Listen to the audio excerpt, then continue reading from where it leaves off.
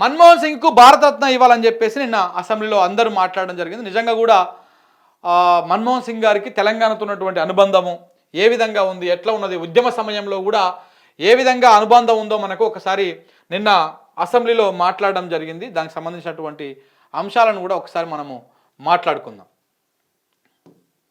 ఇగో ఒకసారి చూడండి.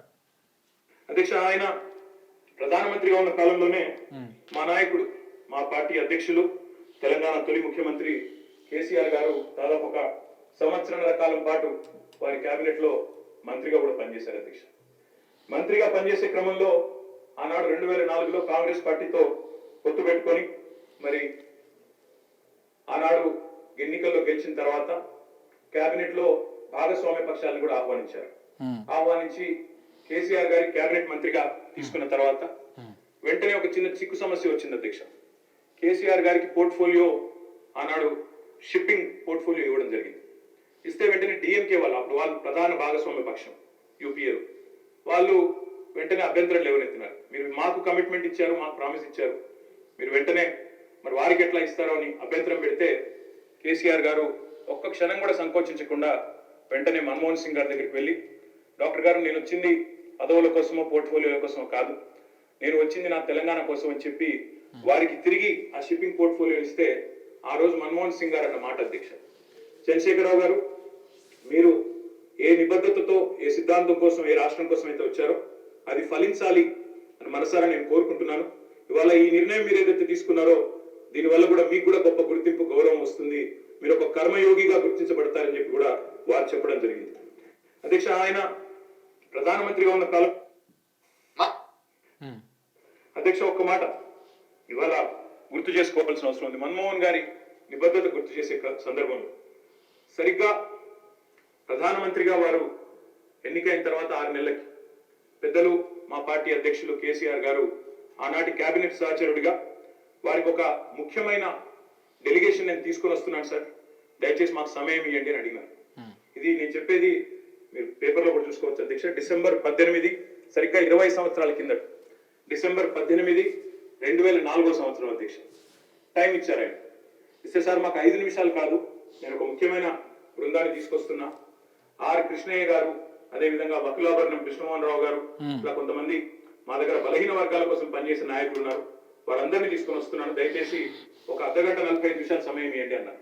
అంటే మన్మోహన్ సింగ్ గారి గొప్పతనం ఏంటంటే అధ్యక్ష, సమస్య తీవ్రత తెలుసుకున్న తర్వాత ఓబీసీలకు అన్ని రాష్ట్రాల్లో మంత్రిత్వ శాఖలు ఉన్నాయి, కేంద్రంలో కూడా ఓబీసీ వెల్ఫేర్ మినిస్ట్రీ పెట్టాలి అని మన్మోహన్ సింగ్ గారి దగ్గరికి కేసీఆర్ గారు డిసెంబర్ 18, 2004 నాడు ఒక బృందాన్ని తీసుకుని వెళ్తే 45 నిమిషాల సమయం ఇచ్చిన ప్రధానమంత్రి గారు గంటన్నర సేపు అర్థం గడిపినారు. అధ్యక్ష, గంటన్నర సేపు మొత్తం విషయం అర్థం చేసుకోవడానికి, అధ్యయనం చేయడానికి గంటన్నర సేపు వారితో గడిపి తప్పకుండా నేను చూస్తాను అని చెప్పి వారు చెప్పిన మాట కూడా నేను గుర్తు చేస్తా ఉన్నాను.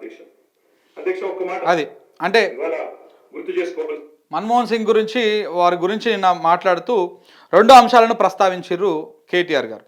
ఏమని, ఒకటేమో అంటే పోర్ట్ఫోలియోకి సంబంధించి, అంటే ఆయనకు మన్మోహన్ సింగ్ గారి క్యాబినెట్లో మంత్రిగా అవకాశం వచ్చింది కేసీఆర్ గారికి. వచ్చినప్పుడు ఆయనకు షిప్పింగ్ పోర్ట్ఫోలియో ఇచ్చారంట, ఈ ఓడలకు సంబంధించినటువంటి వ్యవహారం ఇస్తే, అయితే దాని మీద డిఎంకే వాళ్ళు అబ్జెక్షన్ చెప్పి మాకు కావాలి అది ఆ పోర్ట్ఫోలియో అని చెప్పేసి వాళ్ళు కొంత అభ్యంతరం వ్యక్తం చేయడంతో వెంటనే లేచి వినా, అంటే మన్మోహన్ సింగ్ గారి దగ్గరికి వెళ్ళి, డాక్టర్ గారు నేను వచ్చింది నాకు ఈ పోర్ట్ఫోలియోలు, ఈ పదవులు కాదు, నేను తెలంగాణ రాష్ట్ర ఏర్పాటు కోసం ఆ ప్రయత్నం కోసం వచ్చినా, నేను ఇచ్చేస్తా, నాకేమీ దీని మీద అది లేదని చెప్పేసి ఆయన ఇచ్చేస్తే, అప్పుడు మన్మోహన్ సింగ్ గారు కేసీఆర్కి మధ్యలో జరిగినటువంటి ఒక సంభాషణని నిన్న అసెంబ్లీలో కేటీఆర్ గుర్తు చేయడం జరిగింది.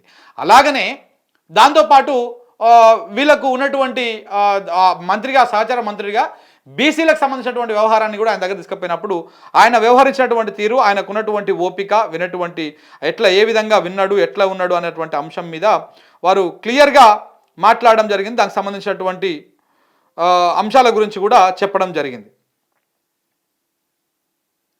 సో ఇది కేటీఆర్ నిన్న మాట్లాడినటువంటి మాటలు. అయితే అలాగనే మరి మన ముఖ్యమంత్రి గారు ఏం మాట్లాడిరు, ఆ మాట్లాడే క్రమంలో ఏ వాస్తవాలను బయట పెట్టుకున్నారు ఏంటి అనేది కూడా మీకు ఒక్కసారి వివరించేటువంటి ప్రయత్నం చేస్తాం. ఇప్పుడు ఇదేమో కేటీఆర్ బీఆర్ఎస్ వాళ్ళు మన్మోహన్ సింగ్ గురించి మాట్లాడేటువంటి మాటలు. మరి రేవంత్ రెడ్డి గారు ఏం మాట్లాడారో ఒకసారి ఇక్కడ చూడండి మీరు. అయ్యో.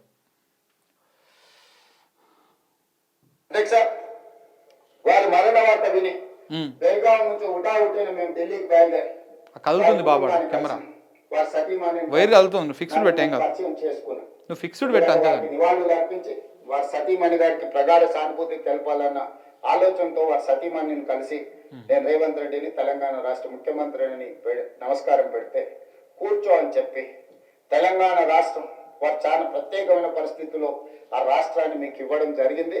మన్మోహన్ సింగ్ గారికి తెలంగాణ రాష్ట్రం అంటే ప్రత్యేకమైన అభిమానం ఉంది. ఆ రాష్ట్రాన్ని మీరు కష్టపడి అభివృద్ధి పదం వైపు నడిపించండి, మన్మోహన్ సింగ్ గారి ఆశీస్సులు మీకు ఉంటాయి అని చెప్పి వారి సతీమణి చెప్పినప్పుడు స్పష్టంగా కుటుంబం మొత్తం తెలంగాణ ప్రజలకు అండగా నిలబడుతుందని నాకు అనిపించింది అధ్యక్ష. ఆఫీస్ నుంచి వారి శివయాత్రకు బయలుదేరడానికి అన్ని ఏర్పాట్లు చేసినప్పుడు వారి వాహనంలో కూర్చోవడానికి నన్ను ముందుకు పిలిస్తే నేను అక్కడికి వెళ్ళి నించున్నాను. పక్కన ఒక మహిళ నించొని మీరెవరు అని అడిగింది. నేను వారిని ఎవరో సహజంగా అక్కడికి వచ్చిన వారికి నివాళులు అర్పించడానికి వచ్చిన వాళ్ళు ఎవరో అనుకోని చాలా క్యాజువల్. మీరు ఆడికి పోయి మీరు ఒక ముఖ్యమంత్రి అనేటువంటి విషయాన్ని మీరే చెప్పుకోవాల్సిన పరిస్థితి వచ్చింది. అదే కేసీఆర్ పోయి ఉంటే చెప్పుకునేటువంటి అవకాశం ఉంటుండని ఆయన గుర్తుపడుతురు. అంటే మీరంతా హూందాగా వ్యవహరించాలి బయట అని చెప్పడం దీని ఉద్దేశం. మీరు అక్కడికి వెళ్ళినప్పుడు కూడా మీకు ఆ గౌరవం ఉండాలి, మిమ్మల్ని గుర్తుపట్టాలి దేశం అంటే, మీరు హూందాగా బిహేవ్ చేయాలి.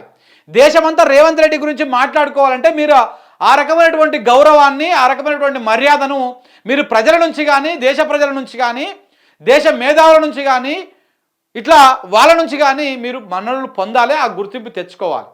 ఇక్కడికి వచ్చేమో లాగులుడ విక్తా, తొండలుడ విక్తా, ఏవో చేస్తా, లాగులు ఇలాంటి మాటలు మాట్లాడతారు. ఆడికి పోయినాక నీకు నువ్వే పరిచయం చేసుకోవాల్సి వస్తుండే. నేను ముఖ్యమంత్రిని తెలంగాణకి, నా పేరు రేవంత్ రెడ్డి, నేను తెలంగాణకు పోయేమో లాగులు, తొండలు, డయర్లు అని అక్కడ మాట్లాడతా, ఇక్కడికి వచ్చేమో నేను పరిచయం చేసుకుంటే గిట్లనే ఉంటుంది అన్నమాట. అది నిన్న అంటే సభలో మీరు ఆత్రంలో వాస్తవాలు చెప్పేసుకుంటారు. బయట నన్ను ఎవరు గుర్తుపడతలేరు, మన రాష్ట్రం దాడితే బయటకు పోతే అనేటువంటి అంశాన్ని మీరు చెప్పుకుంటున్నారు. మాట్లాడారు అధ్యక్ష.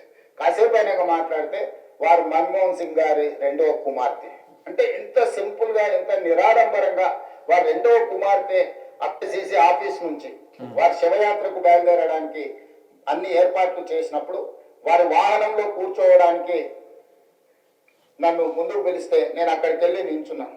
పక్కన ఒక మహిళ నించొని మీరెవరు అని అడిగింది. నేను వారిని ఎవరో సహజంగా అక్కడికి వచ్చిన వారికి నివాళులు అర్పించడానికి అట్లా మీరెవరు అనే కాడికి వచ్చినావు మన ముఖ్యమంత్రి గారు. ఇక తెలిసిపోతాలే ఇప్పుడు, ఎందుకంటే క్రిమినల్ కేసులు ఎక్కువ ఉన్నటువంటి ముఖ్యమంత్రిగా మీరే ఉన్నారు కాబట్టి ఇంకా తెలుసుకుంటారు ప్రజలు. ఏం కాదు, అక్కడ దేశ ప్రజలు కూడా తెలుసుకుంటారు, మెల్లగా ఆ విధంగా అవుతుంది. సో ఏదేమైనా అసెంబ్లీలో నిన్న మొత్తానికి వారికి మన్మోహన్ సింగ్ గారికి భారతరత్న ఇవ్వాలని చెప్పేసి అసెంబ్లీ ఏకగ్రీవంగా తీర్మానం చేసి సంతాప తీర్మానాన్ని కూడా చేసింది. రైట్, ఇది దీనికి అంశం.